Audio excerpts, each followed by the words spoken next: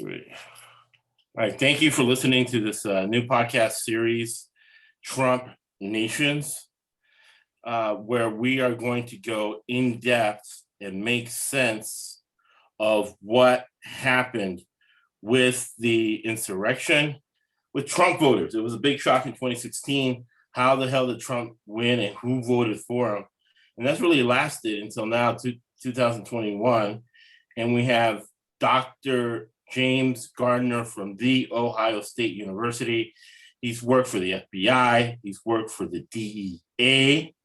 And what I saw him working in was what I call the miracle in Lake Forest, where he ended up controlling the city council, outfunded by 100 to 1 by some really deep-pocketed, well-funded people that have everything rigged.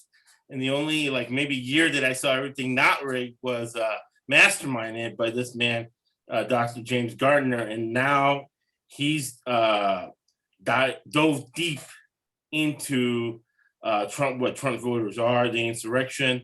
And all of this is evidence-based, science-based, data-based. But at the same time, I see people jumping in on Twitter. Any questions you have, we very much want to be interactive.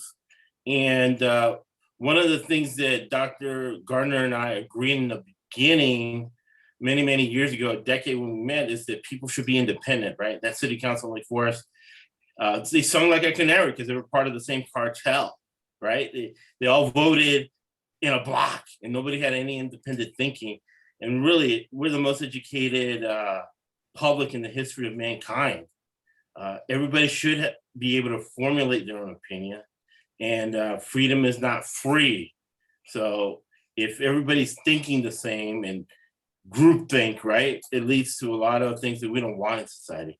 Another problem we're fixing with this podcast is that I went to the Poynter Institute. I was taught by Dan Rather, John Chancellor, working for the St. Pete Times, and journalism has been complete. One side is liberal, one side is conservative. There isn't complete reporting, and there isn't actual quotes talking to people, giving you the complete story. So in this podcast, that's another goal we're going to achieve, is completeness. Thank you, Dr. Gardner. And what are your first words? Well, first a correction. Well, thank you for having me. First a correction on a couple things. I was outspent 10 to 1, not 100 to 1. Well, I think in the totality of it all, if you think about it, right? It felt like 100 to 1. Well, your campaign, you had $12,000, right? And then Andrew Hamilton for the recall, and then it ended up being $460,000 in expenditure. So you think all the money you spent in your campaign plus $460,000 plus the $50,000 Voight's had, and then all the money Robinson had, and then Nikki, when she ran, she had another 20 grand. And then Tenemer spent 50 grand against you. And then who's paying the ballot harvest guys? If you add it all up, yeah. Any one election was only 10 to 1. But believe me, 10 to 1 it's enough. You know, you don't have to go to 100 to 1. Also, I worked with the FBI and with the DEA, not for the DEA or for the FBI. I did though work for the police. I was a police consultant getting paid directly by the police, but with the DEA and the FBI, I worked with them, but I wasn't actually employed by them. Got it. So you weren't. So what's the difference between? How did you get paid in that situation? So what's the difference between for and with?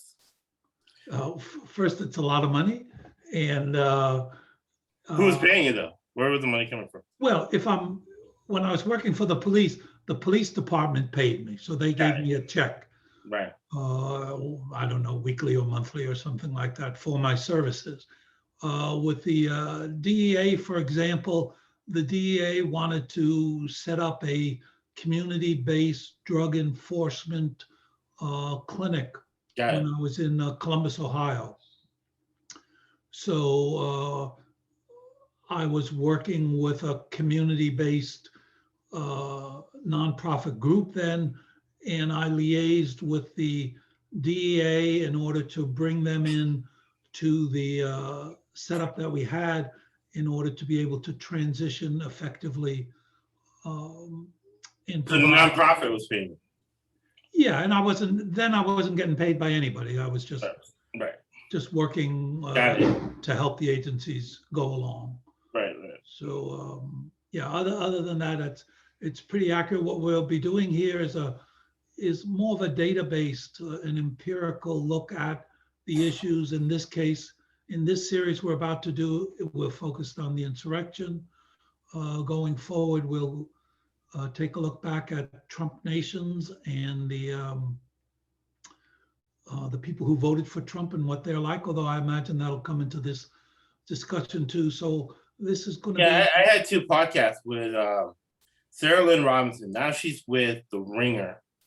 And the last piece was missing, right, through the election. And I'm glad that I didn't finish it, because it's almost like Einstein and the student. Einstein was giving the final exam, and he gave his I forgot what you call him, but his student aide the papers. And the student aide said, Dr. Einstein, you're brilliant and everything. However, this exam that you're giving your students this year is the same exact exam you gave them last year. And all these kids know each other. They've copied the answers, and they're probably going to cheat. So this is not going to be a really good final exam, and it's not going to be indicative of how good the students studied throughout the year. And Einstein said, don't worry about it, because the answers have changed from this year to last year. So the answers have changed really from the end of the election to now. I think there's a lot more information. And one thing I'm going to focus on, something that's always interested me, living throughout the country. I was born in Los Angeles, lived 20 years in Florida, very different experience. To this day on Facebook, the answers, right, and the opinions. I lived 2 years in Boston, lived 3 years in New York City, and then I lived 5 years in Austin, Texas. And Austin was very fascinating to me, because Austin is very different than the parts of Texas. And that area between Houston, Austin, and Dallas, they have great bumper stickers. And the ones that stick in my head would be a sticker that says, I was born in Dallas, but now I live in Austin by the grace of God, right? But then you would go to Dallas and you would see a sticker that would say, I was born in Houston, but now I live in Dallas because of the grace of God. And it was very interesting, the culture, right? There's people that feel they're Texans. They're not Americans. They're not, anything else. They're Texans. And even people who spoke Spanish, they spoke 100% Spanish. And I'm like, oh, what part of Mexico you're from? They're like, no, I'm a Texan, right? That's Spanish. So I think culture is very interesting. And what struck me is the culture of the insurrectionists and the different cultures involved in Trump voters. So that's something very interesting that I want to explore. And then on Friday, we got a really good interview from somebody from Appalachia who very interested in Appalachian culture. And those have been a big part of the attempt. Even though Hillbilly Hillary and J.D. Vance, a lot of people feel that he hasn't given a complete picture of the culture of Trump voters. So, and we'll certainly get into that in a lot of detail. At the moment, I want to kind of do a step-by-step walk through the insurrection. And today I want to focus on the election and how the election played into the riot. The next time we'll be looking at the riot, and we're going to move slowly. Maybe some people might find it too slowly, but comprehensively through the entire insurrection, so that at the end, people watching this series will actually know more than just about anybody else. Oh yeah, absolutely. Of the insurrection. But the point you make, I also want to reinforce that. So today is April the 19th. Right. And when I first created the insurrection book, which is here and available on Amazon, that was in the middle of March. And by the middle of March to the middle of April, things have changed. So things are going to change. People are being arrested.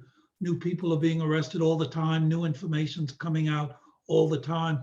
The information I'll be sharing today is information as of today. By Friday, it may change a little, and it'll be based on Friday. So that's important to note. The other thing that's important to note before we get going is that most of the people we'll talk about and whose pictures you'll see and the things we're going to talk about are all people who've been charged. And most of them have been arrested, but they haven't been convicted, and many of them have pleaded not guilty. So we shouldn't assume because I'll mention a name that this is a guy who is convicted of rioting, or this guy used a weapon in the Capitol. Everything that I'll say, although obviously you and I won't say it because we'll get tired of saying it, is that it's alleged that, it's reported that, we saw videos of that. So none of this is conclusive. It'll all have to be redone once it's over and done with and people are convicted and the evidence is there. But in the meantime, there's so much we can learn about what's going on. It's well worthwhile going into this, even though we don't exactly know where we're going. Right, and something Dr. Gardner and I agree on,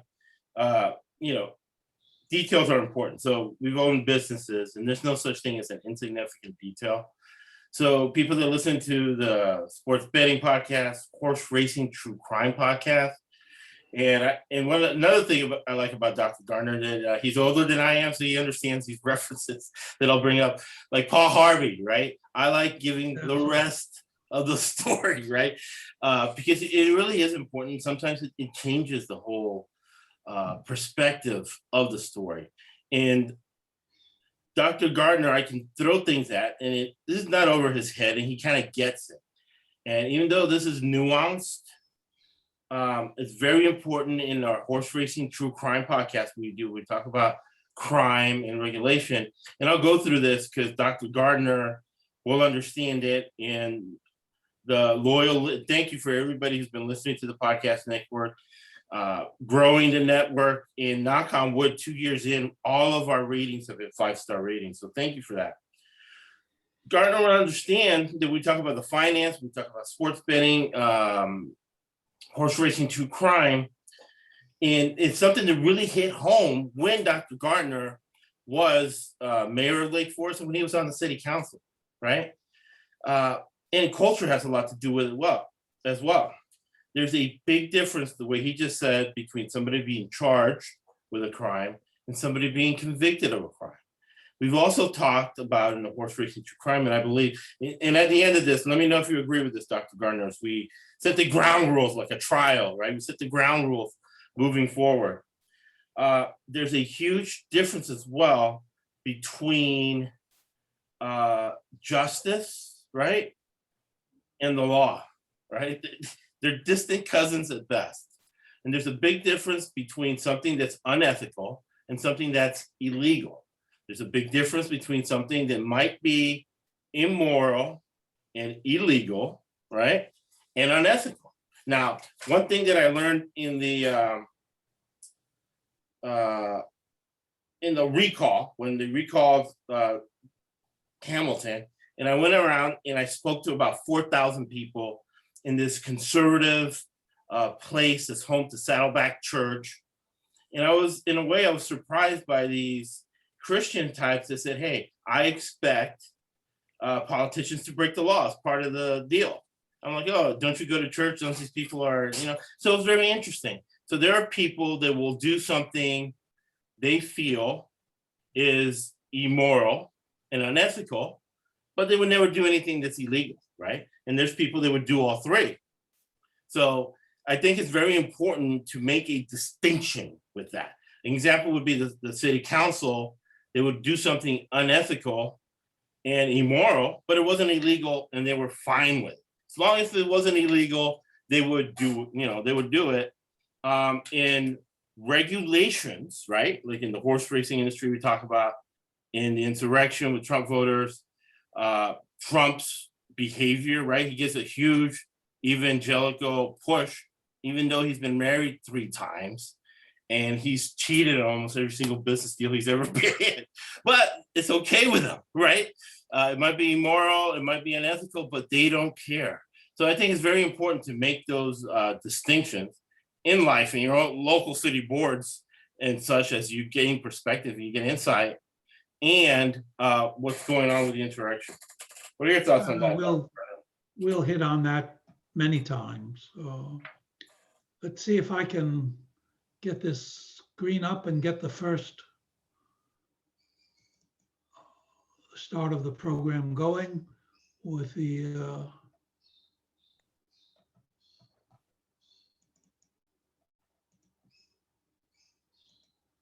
and this is the outline for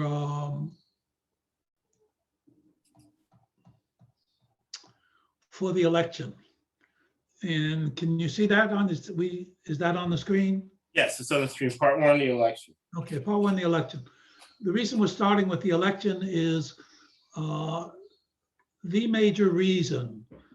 And in about chapter 6, we're going to go specifically through the motivations people had. But I can tell you right now, the number one motivation that brought people into the rally and then into the riot was the belief that the election was stolen. So that's such a critical motivator for the people who went there, that we need to look at the election and start there rather than starting with the riot per se. And I've broken that down into several issues like anticipating loss, the claims, the evidence from the courts, evidence from government agencies, opinions, electoral college, and et cetera. And that will take about a half an hour to give you information on that. And I think it's important to know, even before the election occurred, as early as April 7th, 2020, Trump had already been laying the groundwork for the claim of election fraud. That's because he knew once Biden was going to be the nominee for the Democratic Party, he was going to lose. All of his pollsters, all of it said that Biden was a formidable opponent, which is why he went after Biden's son. In any event, we can trace back to April 7th, the first public statements by Trump that the election was going to be fraught with fraud. And, all right, now, let me throw this narrative at you. At that point in time, it's almost like in a court case, the narrative is important, the timeline. So right at that time in April, the Trump campaign was running out of money. Now, me personally, all the original fundraisers of the first Trump victory in 2016, Laura Trump, who's now running for Senator in North Carolina, she fired all of them, and her and the girlfriend of Don Jr., the former wife of Gavin Newsom, they take over the fundraising part, and a lot of Republicans went after him. And at this point in time, they're running out of money, and their email list started targeting a lot of conspiracy groups, a lot of Taylor Greene types for money. And the end of that story is that right now they're sitting on $400 million from these groups that they started targeting right there at that time in April that you're talking about, where they were running out of money. Trump campaign was almost broke, and they felt they were going to lose. Well, it was not only the Trump campaign, but Republican campaigns everywhere were in trouble financially, not the least of, and there are so many causes for that. I have a Facebook page called Trump Nations, where I go through all the so-called accomplishments of the Trump administration, which are really no accomplishments at all. So by April 2020, not only was the pandemic a problem, but the fact clearly was he was not accomplishing what they said they were out to do. So all the Republicans were in trouble financially, not just Trump. And they ended up doing well, though. The only one that lost was Trump, except for the Senate race. Well, they lost the Senate. Yeah, they did okay in the House, but they lost the Senate as well. So, and you can see in June of 2020, the Attorney General Barr started talking about counterfeit mail-in ballots. He had no evidence for that. In July, Trump said the mail-in voting was going to rig the elections. I don't know if you know this, but Trump's a mail-in voter. Right. In August, again, he repeated it. And so all along, almost 6 months before the election, they laid the groundwork for the only way I can lose if it's rigged. Sure enough, comes the election, and what happens? He says he won, but he says it was rigged. And he then begins, as all of us will recall, an enormous campaign in which he continuously talks about the fraud, and in which people like Rudy Giuliani verify it. And the woman lawyer, she gets up and talks about the Venezuelan, and they've subsequently been sued for $1 billion. And she today, in April, she defended her remarks in December by saying that no sane person would have believed her. Therefore, she could have caused no damage to the company because no reasonable person would have believed what she was saying. But at the time, this was all part of an orchestrated campaign to try to keep Trump in power. And it was. Let me stop you there, because we skipped over something I think is going to be a theme of the whole series, and something that's very important, and something that I talk about a lot actually in the sports betting. Because usually when somebody gets a game wrong, it's never because they made the mistake. It's because of the referees. It was because of this, that. They never want to admit the mistake. So I call it the Hawthorne effect. Whatever you review and measure and you're honest with, right? You improve its performance by 10 to 20%. But it's not as easy as it seems. It's brutal because as a guy, father knows best. So to admit that you're wrong is embarrassing. It's humiliating. All these feelings that you want to avoid, right? That should make you feel horrible, but they're true, and you have to go through them. I often mention the movie 500 Days of Summer. I don't know if you've seen that. And it's this guy, he thinks he's doing better with this girl than he really thinks he is, right? So it's a good dramatization of something between you hope for and what reality is. And in preparing for the podcast, we talked about this specific topic, and you call it cognitive dissonance, where, again, people don't want to admit that they're wrong. People don't want to admit that their race isn't superior to another race's. And it facilitates conspiracy theories, right? Taylor Greene, right? Taylor Greene would be the perfect example, saying, George Soros sent moonbeams to the Costa California fires, and then he sent signals to change votes from the minion machines from Biden to Trump, right? And these people believe this conspiracy theories, and others, QAnon, and these are, number one in my mind, they're the people that have created the $400 million war chest for Trump. Yeah, well, they believed his claims. Why wouldn't they? I mean, right. It's the president of the United States, and but when he took him to court, he had the evidence from the courts. He had 60 lawsuits got advanced by him or his people. Of those 60 lawsuits, I think half of them they actually pulled before they got decided because they were so ridiculous in the first place. And then they proceeded to virtually to lose them all. In some cases, a judge says the plaintiff's interpretation of events is incorrect and not credible. Right. The one I like the best is this one in November 2020. In Pennsylvania, the judge says, this claim, like Frankenstein's monster, has been haphazardly stitched together. This court has been presented with strained legal arguments without merit and speculative accusations unpled in the operative complaint and unsupported by evidence. Time after time after time, they lost every single case. Not only did they lose every single case, but the government agencies, William Barr, the Attorney General, and Chris Krebs, who was the head of Homeland Cybersecurity, both federal agencies, both of them appointed by Trump, both of them Republicans, both of them said no, there was no fraud. There's always irregularities, but there was no fraud and nothing that would constitute any reason to doubt the election. So despite Trump's media campaigns, all of the investigations, all of the lawsuits, then he started working on the investigations in the states, getting the secretaries of state and getting the electoral boards. And he failed on those. There was not a single electoral board or secretary of state. Sometimes they did it 2 or 3 times, recounts, where anything changed. As a result of that, even the opinions of the Republicans began to change one by one. You see lists here of Adam Kinzinger, Mitt Romney. The Republicans, even staunch Republicans, began to one by one admit that Biden has won.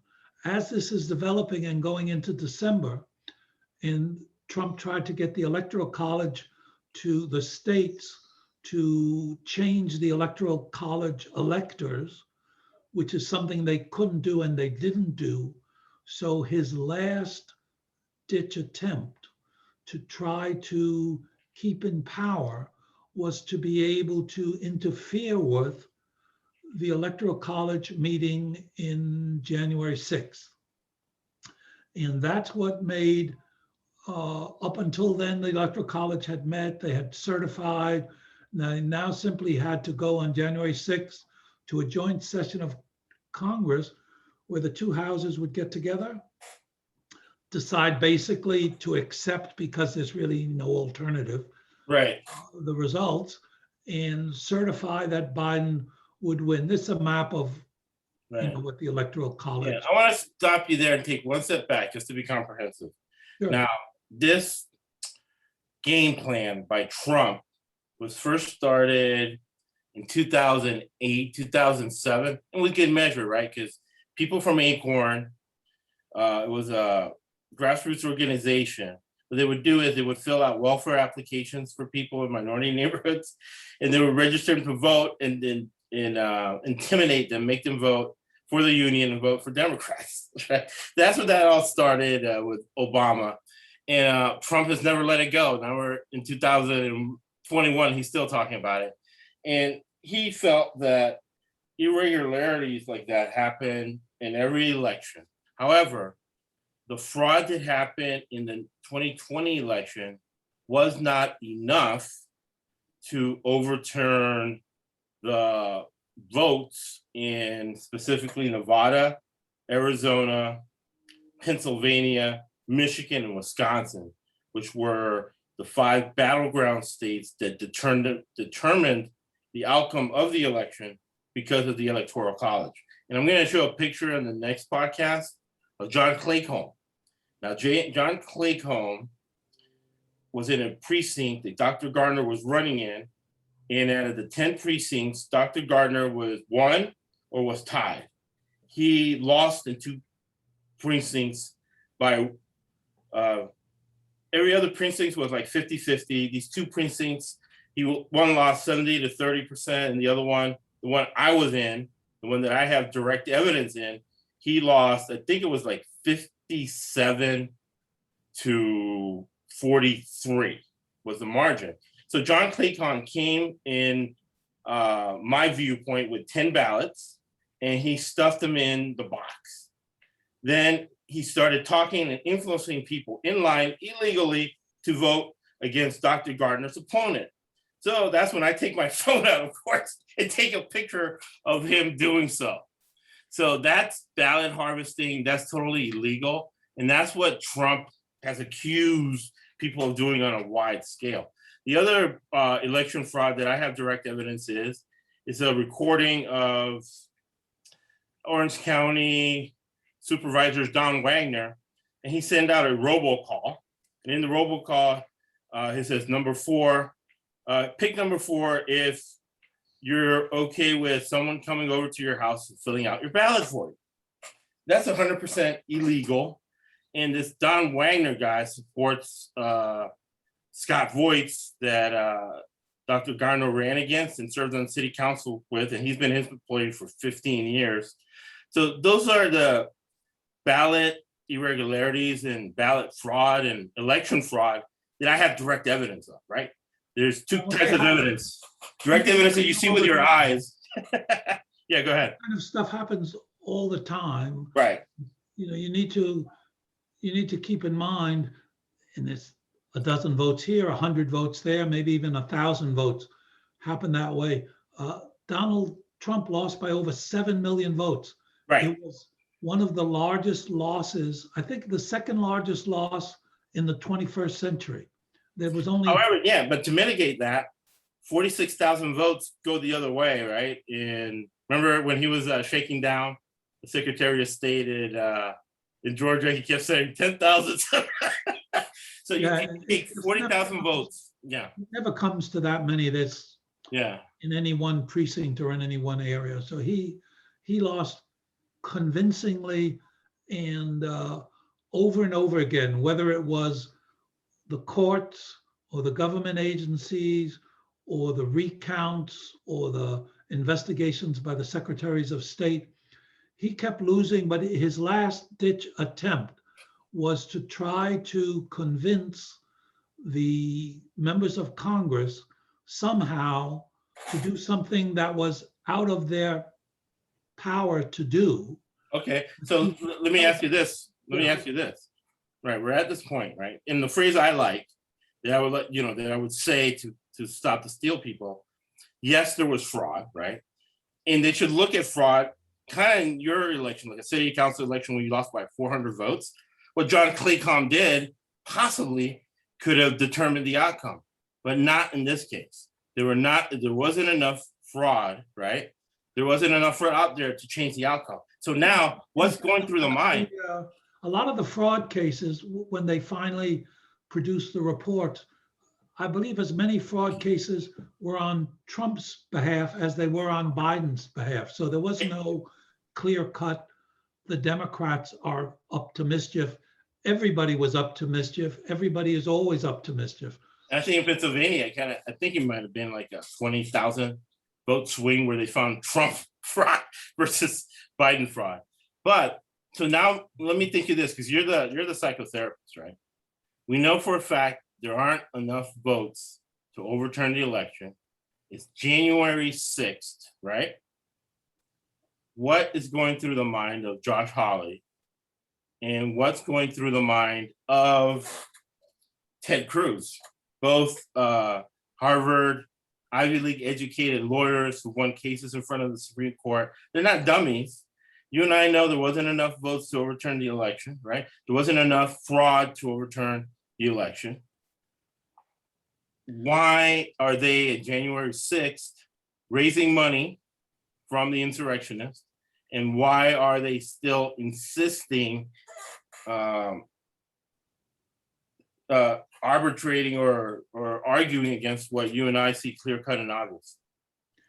Yeah, there's desperate people under desperate circumstances do crazy things. Right. And when you look at their history and you go back, you see at each point they made the wrong turn, and the wrong turn. Now they're so far down the chain. Right. There's nothing left to do but total craziness. So at the point that they're at, and given where all the bad decisions they've made to get there, what they're doing doesn't actually look quite so crazy. It only looks crazy if you have the perspective of going back and saying, well, how the hell did you get here? Right. That's crazy. But now that you're here, what can you do? Well, that's not so crazy. And I think that's what you're seeing there is that example of they've put themselves so far into a corner, there really is no way out, possible way out. So they've chosen a crazy way out, a crazy way which would have been illegal by the law. I mean, they begged Pence to somehow intervene. There's no authority for him to intervene. They begged the people to not accept the votes. There's no authority for them to not accept the votes. The joint session of Congress did have the authority to challenge the votes. They could have delayed it by challenging the votes and then requiring the body to come back and decide on the votes.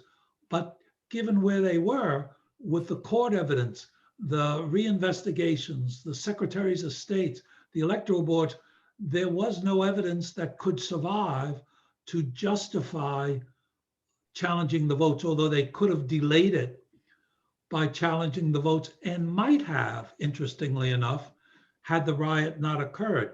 But given that the riot occurred, it didn't happen. So there really was no possibility of any other outcome on January the 6th. Right now, so with that foundation, let me know what you think about this email. So Laura Trump sends out an email to 500 militia groups, QAnon groups, and there's even a recording that we can't play, but I played it for Dr. Gardner.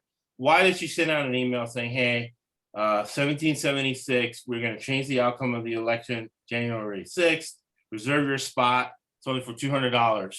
And we have a guest speakers, we have Mo Brooks, we have Don Jr., we have Donald Trump, the president's going to be there. Just send you $200, send $100 for being outside, and we're going to make history. We are going to change the outcome of the election.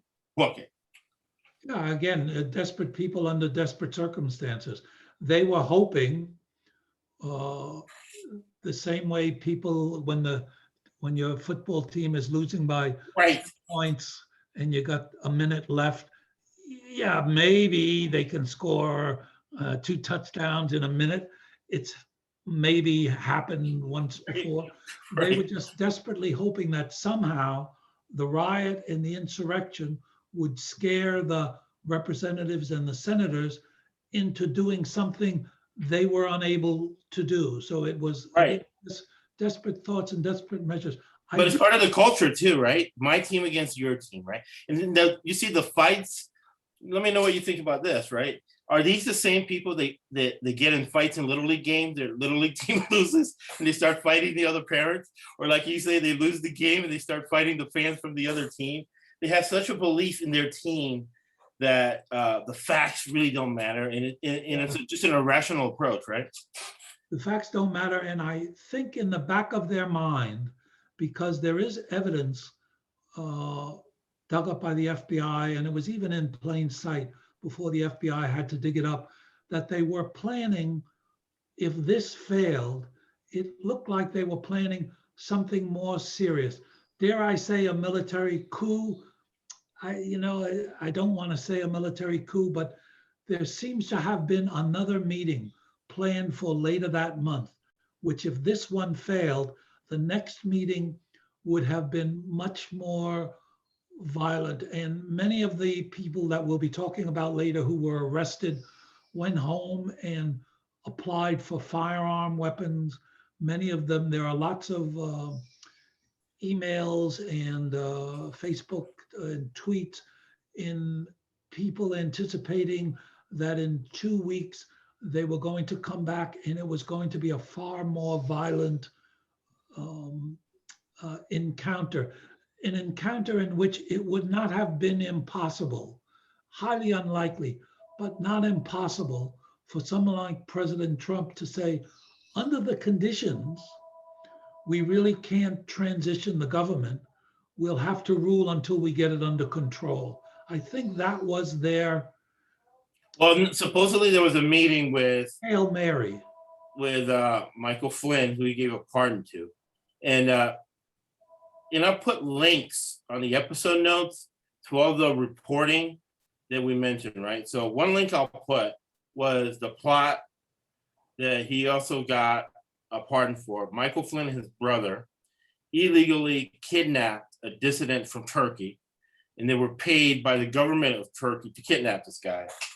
Totally illegal. Michael Flynn got away with it because he's Michael Flynn, but the opposition in Turkey made a big stink about it. The guy ended up dead. It was almost like a Hernan Khashoggi thing that was orchestrated by Michael Flynn and his brother, all right?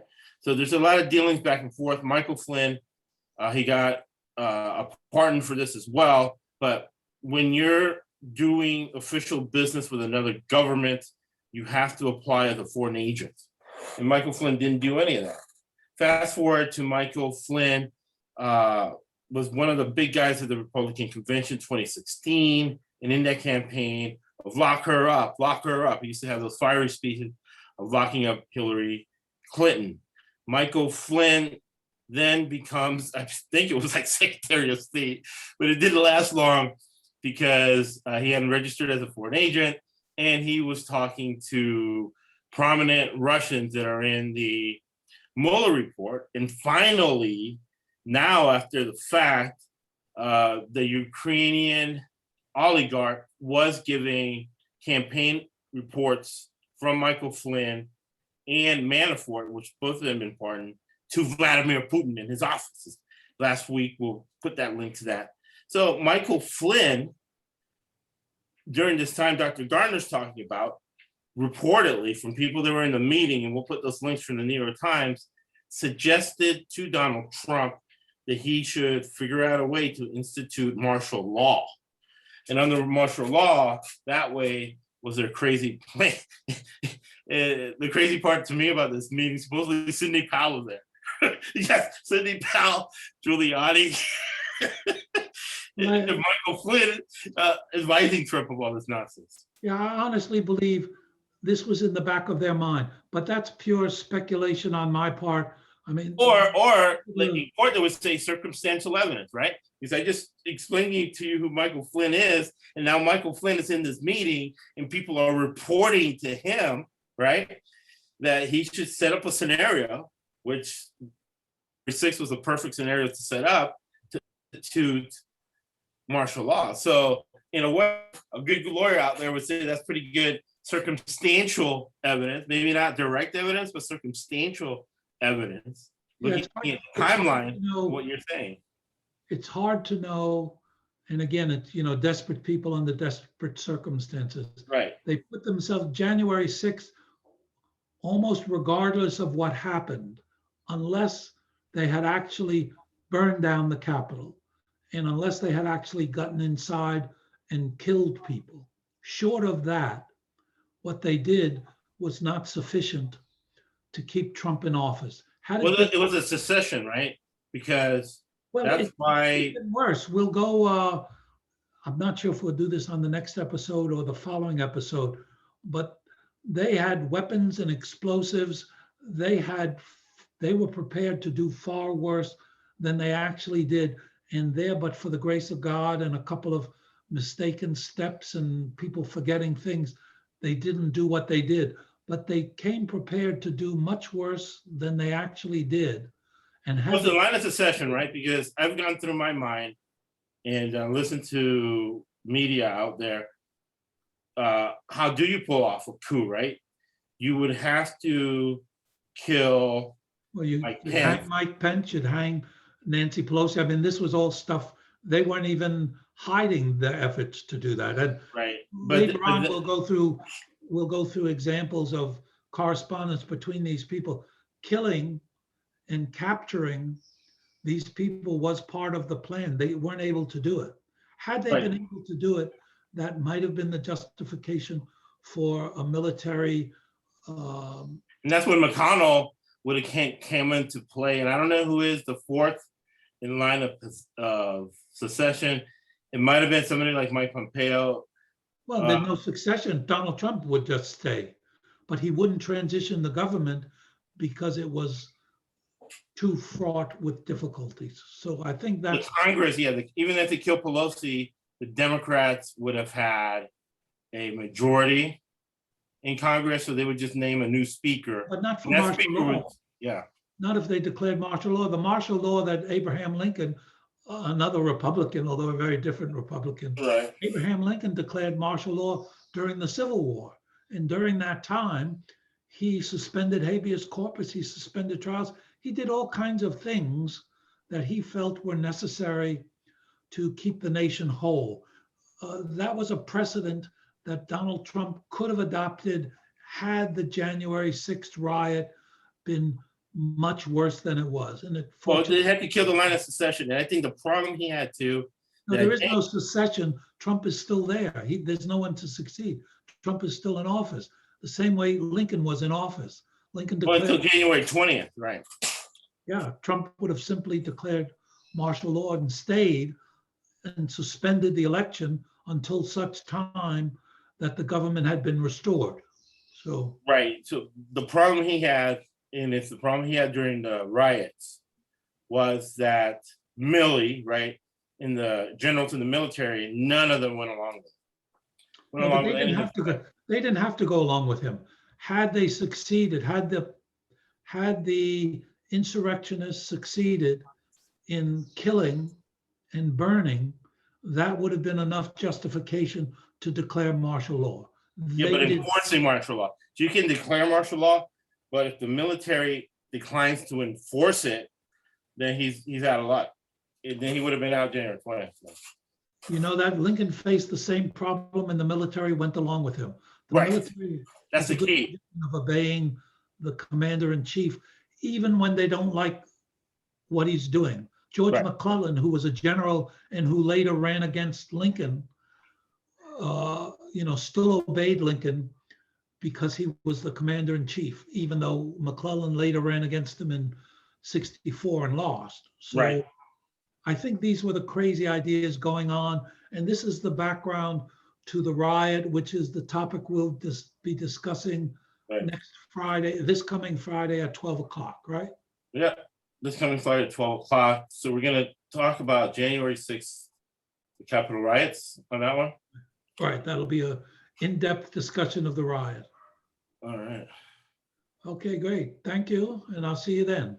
All right. So I always close with a guy who got us through World War II, who faced insurrection and faced all kinds of problems in the British Parliament, Winston Churchill. You make a living from your labor, but you make a life from what you give. So thank you for listening to our podcast series. Bye. Okay, hold on.